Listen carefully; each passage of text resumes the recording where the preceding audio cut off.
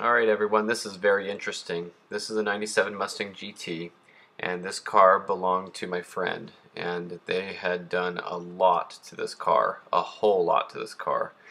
Looking at it from here, you would not realize how much this has done to it. But the car has been sitting for the last couple of years now. You can see the sun's taken a major toll on it. It was already kind of in rough shape as far as the paint goes. I have made a story about this car. It was one of my first stories that I made, and I'm going to put the link to the story of this car at the end here so you can watch it if you'd like. But this is a really special occasion because this car has been sitting for a few years. It has a really nice engine. It's actually a Bullitt engine that was, which is the same as any 2-valve, but it did come out of a Bullitt. And it does have the PI heads, the 9904 performance improved cylinder heads, and they took it to a machine shop. They had it bored and stroked out with a stroker kit, and it's a 5-liter, and it has cams and a whole bunch of stuff done to it, and we'll go over all that later. But basically something was hurt in the engine a couple years ago, and they towed it over to a shop, and they had it sitting there for a while. And every time I drive by, I would see it back there behind the shop, and I've always kept my eye on it. And I've thought about the car as I've gone by, and I knew it's been sitting there. And the really interesting thing was the owner of the car called me the other day out of nowhere and just said, "Justin, I'd really like you to have my car. This car has been a huge project. They put thousands, over $10,000 into this car, and it's just, they know they're never going to get back to getting it running again, and they don't have the time or anything right now for it, and it's been sitting for a couple of years, so they just said, you know, we know it's been sitting for a while and it's just not going to get any better, so why don't you come take the car? We'd like you to have it."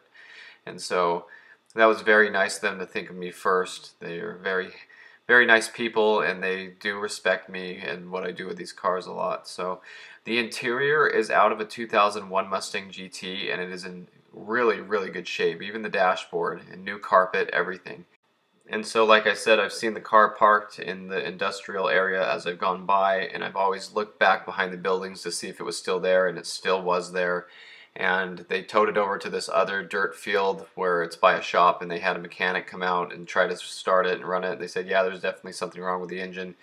So the car's been sitting, and they just said, you know what, we're never going to get around to it. Let's go ahead, pay the bill to the mechanic, and we want Justin to have the car. So I went out there, and it's actually been kind of a difficult situation trying to figure out how to get the car out of there, because it doesn't really run, so I can't drive it onto a trailer, and it didn't have a lot of room to get a car dolly in there. That's what I was thinking I was going to do, is get a car dolly in there and push it onto the car dolly, because it's actually only a few miles from my house, and I could just tow it home slowly from there. But I wanted to tow it with a tow rope instead of that, so that we could just roll it home behind my Tahoe. And I think that was the best idea, but I really wanted to do it at night. I didn't want to do it in the daytime with all the traffic, because at night there's just nobody on the road, and it would have been a really nice way to do it. And so I went over and got the title, had it signed over to me and everything. And that was a very special experience. I sat down with the wife and the husband, who I knew very well, and they talked to me about the car and everything that they had done to it. I had been there for some of it, and they actually bought this car from Danny Johnson for $400 back a long time ago, with no engine, and it came with a Bullitt engine so that they could get it running and everything. And I sat there and talked to him, and she bought a new Challenger, the wife, and so she just said she's really happy with a new car that runs smooth and that doesn't need anything. And she said, you know, it's been a wonderful experience, it's been a fun project, and we had a great time, but we really just want you to have the car now. But a point that I really want to make clear about this wife is that she is a big Mustang fan, and long ago, when I first got my 97 V6 Mustang, which was laser red 5-speed, I saw her driving around town in her purple 96 GT convertible, and she's had that car for years. She put over 200,000 miles on that car. And so this isn't just a lady who wants a new car and doesn't like the way that this one drives or anything. She is a Mustang person, and she's had that 96 convertible for a long time. And so she decided to build this one with her husband, and they did all the work themselves. So that's a little bit more to the story, so you realize who these people are. They're really cool people, and they are Mustang fans. And that was really hard for me to just accept. I didn't want to be greedy and say, okay, thanks, where's the title? I was very excited, and they said, well, if you don't want it, you know, then that's fine, we can find somebody else. And I said, no, no, no, I want the car. I definitely would love to have the car. It's just, it's hard to accept something like that sometimes. And so when they were signing it over to me, it really felt like they were giving me their child that they couldn't take care of anymore. It reminds me of the movie Seabiscuit. There's a scene in that movie where they have to give the boy to a family who can take better care of them, and it is so sad. It makes you want to cry so bad when you see a family trying to do what's best for the son, and they give the son to another family. And I really felt like that's what was going on here. And there's another part in Seabiscuit where they're talking about the horse and how you don't just throw away something because it's banged up a little bit. So in a way I see this car like Seabiscuit. Every horse is good for something. You don't throw a whole life away just cause it's banged up a little. So it reminds me of the movie a lot, both for the rider and for the horse. It felt similar to that because they know that I can work on these cars and I love them and I take care of them. And it just felt like they were giving it a better home this way. And they said, you can sell the car, you can do what you want, you can part it out, we don't really care, it's yours once the title's in your name. And I don't know what I'll end up doing. I'd kind of like to just put a stock engine back in it and daily drive it for a little while. But I don't know. I'm still trying to decide what I'm going to do with it, because I could sell off the stroker kit and some of the cams and parts and things.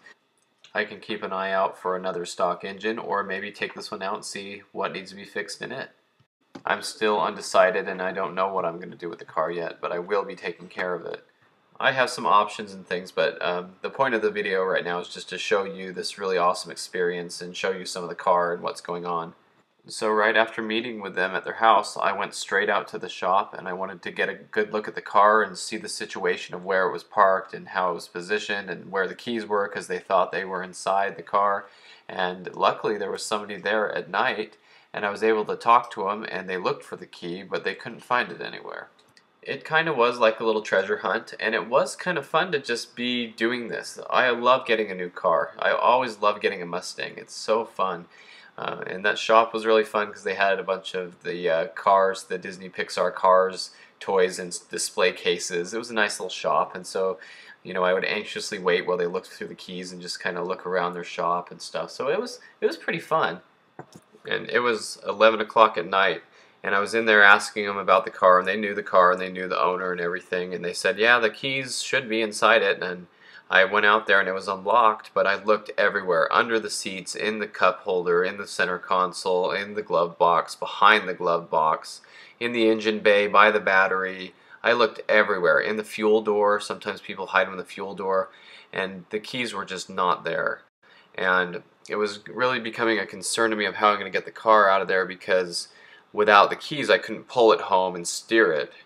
And I was thinking I could probably push it onto a car dolly because it is straight. The wheels are straight on it. So it was actually quite a big concern. And so the previous owner had called the shop and said that they'd ask them all about it and find out where the keys are, but they were pretty sure they didn't bring them home with them. And the people at the shop said, no, he came in and paid the bill, and I'm pretty sure that he took the keys with him then. And so I was realizing how difficult it is to find a set of keys. Keys are so small, they can get lost easily, they could go anywhere. They could get fallen out underneath the car, they could be in a pocket somewhere, they can go in the guy's truck center console, somebody's pocket, at the shop, falling behind somewhere.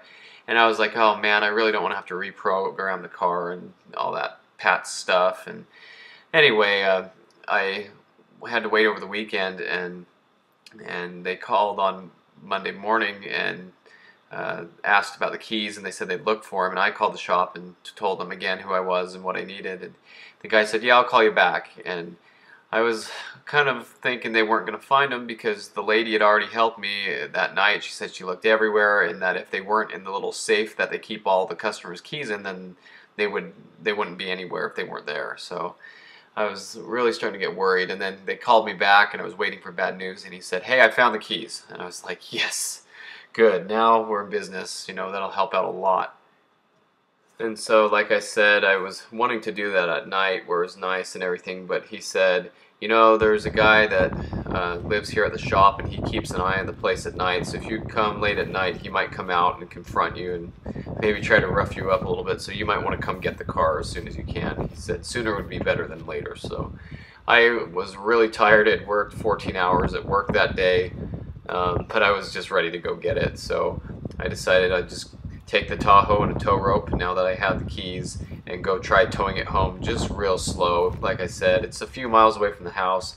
I'm just going to go real slow and steer and use the parking brake. I knew that without the car running, the brake booster wouldn't be very effective and the normal brakes wouldn't work very well. And so I just got my jack and my tools, and I put a rope around the sway bar and tied it to the back of the Tahoe on the towing package, and we just went really slow. And so here I am inside the car with no noise. So weird to drive a Mustang, especially a V8 Mustang, without any noise.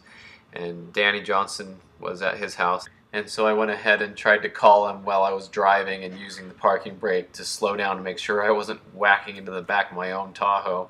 And I called him and said, hey, I'm coming around the corner near your house because we live very close together, and so I knew that he'd be able to see me through his back window, and so I asked him to take a little video so we could get some of this footage of me getting towed home. So this is me coming by. If you look closely, you can see me waving. I'm really excited. I'm in the Mustang there. And so we arrived home. Anyway, got the car home, and now it's in my possession, which made me real happy to at least go get it and get it home. And so the first thing I did once we got it parked was put a sunshade in it to protect that beautiful interior. And I'm still deciding how I'm going to go about diagnosing the car, deciding what I'm going to do with it. I'm definitely not going to park this car out. I'm not going to let that happen to this car. You know how much I hate that when you have a good running car. I mean, not technically running right now because of the engine, but a good all-together car that could be back on the road easily. And so this is just a really strange incident. I wasn't looking to go buy this car. I always look out at Mustangs, and I'm always keeping an eye out for ones for sale in the area and stuff, but this one just fell into my lap, and it was a really interesting way that this happened. And so anyway, I just wanted to share with you what's going on. It's not like I just sold the 98 Cobra to just buy a GT and flip another car. That's not what I was doing here. This is just how it happened. And I am kind of looking around at other daily driver options and stuff, but we'll see what happens with this. I could potentially sell it to someone who has the desire and wants a project and wants to work on it, or I could keep it and daily drive it, so only time will tell. But I will have the car on the channel, and I'll give you updates on what's going on with this 97 GT.